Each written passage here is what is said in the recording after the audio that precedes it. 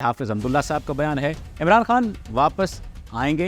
ये बात कही जा रही है कि 1 साल 8 माह यानी 20 माह उन्हें मोहलत मिलेगी वजीर आजम बनने की। मैं पीटीआई छोड़ रहा हूँ, इंतशार की सियासत की गई कि निगरान हुकूमत को इस किस्म के फैसले नहीं करने चाहिए। चाहे हमाद अजहर साहब हैं या चाहे दीगर और छुपे हुए लोग हैं, वो पाकिस्तान तहरीक इंसाफ में नजर नहीं आएंगे।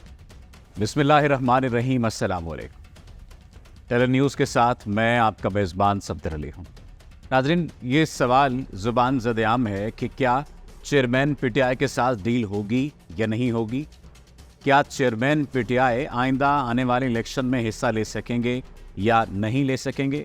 इसके साथ साथ और भी चंद एक सवालात हैं जिनके जवाब आज के इस व्लॉग में हम मुख्तलिफ आरा की सूरत में तलाश करने की कोशिश करेंगे।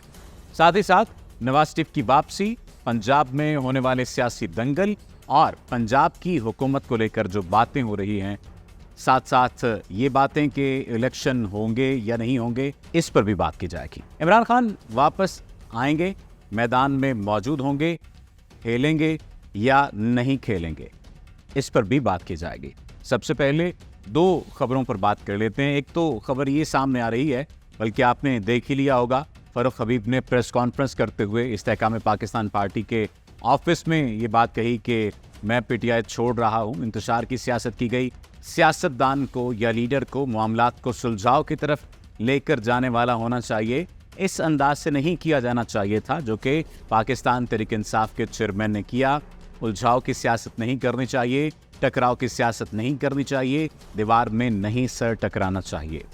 पाकिस्तान तहरीक इंसाफ की विकटों के गिरने का सिलसिला जारी है और ऐसे महसूस होता है कि पाकिस्तान तहरीक इंसाफ की आइंदा चंद माह में तमाम तर विकटें गिर जाएंगी और इमरान खान साहब अगर बाहर आ भी जाते हैं तो वो गली मोहल्ले के बच्चों से ही खेल रहे होंगे और गली मोहल्लों के बच्चों को इकट्ठा करके अपना एक ग्राउंड बनाएंगे, अपना मैदान सजाएंगे, अपने ही उनके तमाशाई होंगे, अपने ही उनके रूल्स होंगे और उन्हीं अपने रूल्स के ज़रिए से वो अपनी हुकूमत भी बना लेंगे।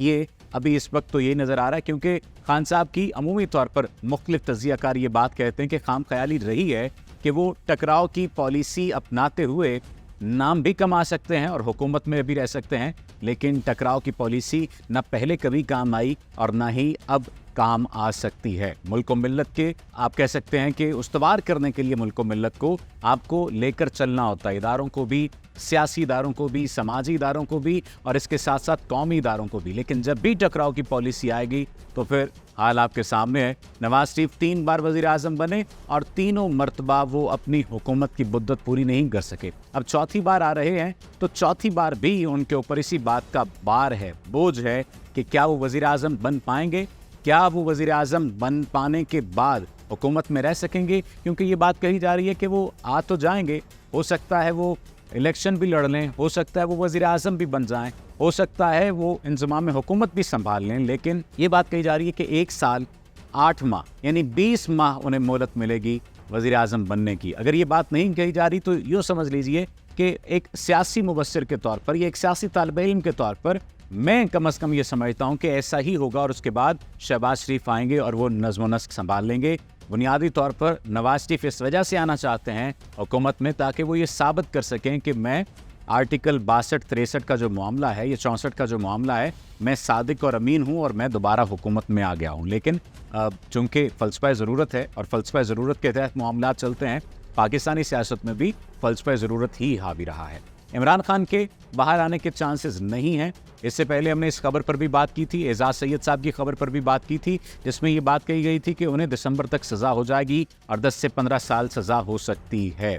इस दौरानिए में इमरान खान को मुख्तलिफ लोगों ने जहाँ पर बेवकूफ़ कहा वहाँ पर उन्हें लीडर भी माना और ये भी इत्तलात आती रही हैं सोशल मीडिया के ज़रिए से। और शहबाज गिल साहब ने भी दावा किया कि पाकिस्तान के सबसे बड़े सियासी डॉन ने तहरीक इंसाफ के चेयरमैन को एक खिराज तहसीन पेश किया है और खिराज तहसीन ये पेश किया है कि इमरान खान को बहुत बड़ा खिराज तहसीन पेश करते हैं और बहुत सराहते हैं कि वो मुल्क से बाहर नहीं गए, उन्होंने मुल्क में रहते हुए अपनी सियासत को चलाने की कोशिश की और अपने मौक़िफ़ पर वो डटे रहे हैं। हमें इस बात से इख्तिलाफ़ नहीं है कि वो सियासी डॉन थे या नहीं थे, लेकिन हम ये बात चाहते समझते हैं और इस मुल्क की अगर वक्ती ज़रूरत की बात की जाए तो टकराव की पॉलिसी किसी के भी फ़ायदे में नहीं है, ना ही तो इदारों के फ़ायदे में है, ना ही सियासी इदारों के फ़ायदे में है और ना ही सियासी लोगों के फ़ायदे में है। इसलिए ये बात अगर आप इस पर फ़ख्र महसूस करते हैं तो बिल्कुल ठीक है, किया जाना चाहिए, लेकिन इसको एक मयार नहीं कायम कर लेना चाहिए। टकराव को अगर मयार तस्लीम कर लिया जाएगा तो ये बात जान लीजिए शिकस्त और रेख्त आपका मुकद्दर बन जाएगी।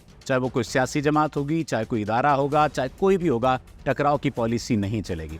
सबसे पहले कौम और सबसे पहले पाकिस्तान की बात होगी तो मामलात चलेंगे। अब दूसरे जो टॉपिक पर बात कर लेते हैं, जो बात सामने आई कि चेयरमैन पीटीआई से पसपर्दा डील होना मुमकिन है। ये किसी और ने बात नहीं की बल्कि पीडीएम के तर्जुमान हाफिज हमदुल्ला साहब का ये बयान सामने आया है और उन्होंने खुसूसी इंटरव्यू देते हुए एक बात कही है कि डील्स की कोशिशें हो सकता है कि हो रही हों और जब तक सियासतदान अवाम की बजाय इक़्तिदार की सियासत करते रहेंगे तो ऐसा ही हाल होगा जैसा कि इमरान खान का हुआ, जैसा कि बेनज़ीर का हुआ, जैसा कि नवाज शरीफ का हुआ, जैसा कि जुल्फ़िकार अली भुट्टो का हुआ। इसलिए अवामी सियासत करनी चाहिए और इन लोगों को इक़्तिदार में आने के बाद अवाम का ख्याल आता है। हालांकि जिन रास्तों के ज़रिए से ये इक़्तिदार में आते हैं उन रास्तों पर इन्हें शुरू से ही नहीं चलना चाहिए। उन्होंने अपनी बात को सच साबित करने के लिए ये मिसाल दी कि नवाज शरीफ और बेनज़ीर सिक्योरिटी रिस्क थे, लेकिन फिर भी वो वज़ीर आज़म बने। एक वक्त में नवाज शरीफ हाईजैकर थे, फिर भी वो वज़ीर आज़म बने। साथ ही साथ उन्होंने ये बात की इलेक्शन के मामलात को लेकर कि इलेक्शन वक्त पर होने चाहिए थे, नहीं हुए, वो इलेक्शन वक्त पर होंगे। और निगरान हुकूमत जिस किस्म के फैसले कर रही है, उन्होंने तनकीद करते हुए भी कहा कि निगरान हुकूमत को इस किस्म के फैसले नहीं करने चाहिए। निगरान हुकूमत को अपना मैंडेट जो उन्हें दिया गया है इलेक्शन करवाने का, उस मैंडेट को पूरा करना चाहिए। एक जानिब उन्होंने बड़ा इशारा किया, उन्होंने कहा कि बिलावल भुट्टो जरदारी पीडीएम का हिस्सा नहीं थे, लेकिन वो मेरी इयादत करने के लिए भी आए, उन्होंने हाल भी पूछा। लेकिन जो लोग पीडीएम का हिस्सा थे, खुसूसन उन्होंने मुस्लिम लीग नून की क़यादत की जानिब इशारा करते हुए कहा कि जो लोग पीडीएम का हिस्सा थे वो लोग मेरी इयादत को नहीं आए और ना ही उन्होंने फ़ोन किया। तो इससे आप इनकी सियासी चपलश का भी अंदाज़ा लगा सकते हैं और सियासी बसीरत का भी अंदाज़ा लगा सकते हैं। आइंदा आने वाले दिनों में सियासी मूड किस करवट बैठता है ये एक अलग मामला है, लेकिन यहाँ पर जो 2-3 बातें मैं इस व्लॉग के आखिर में आपसे शेयर करना चाहता हूँ। एक बात तो वाज़ेह है कि पाकिस्तान तहरीक इंसाफ आइंदा चंद माह में मुकम्मल तौर पर शिकस्त और रेख्त का शिकार हो जाएगी। आपको चाहे हमाद अज़हर साहब हैं या चाहे दीगर और छुपे हुए लोग हैं, वो पाकिस्तान तहरीक इंसाफ में नज़र नहीं आएंगे। वो प्रेस कॉन्फ्रेंस करेंगे या प्रेस कॉन्फ्रेंस किए बगैर ही वो किसी सियासी जमात का हिस्सा बन जाएंगे, लेकिन सियासी जमात का हिस्सा बनने के लिए भी उन्हें ऐलान करना पड़ेगा।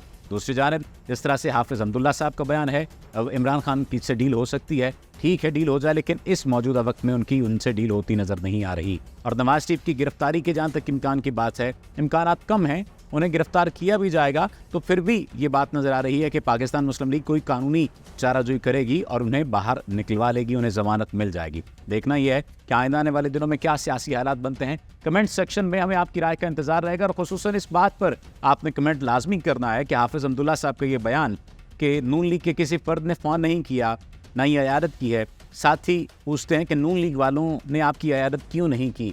इस पर आपका क्या जवाब है? नून लीगी क़यादत तो जवाब देगी जो देगी। इस पर आपका क्या ख्याल है? अपने ख्याल का कमेंट सेक्शन में लाजमी इज़हार कीजिएगा और फ़ारूक हबीब साहब ने जो आज प्रेस कॉन्फ्रेंस की है इस पर भी अपने राय का इज़हार कीजिएगा। आपका बहुत शुक्रिया।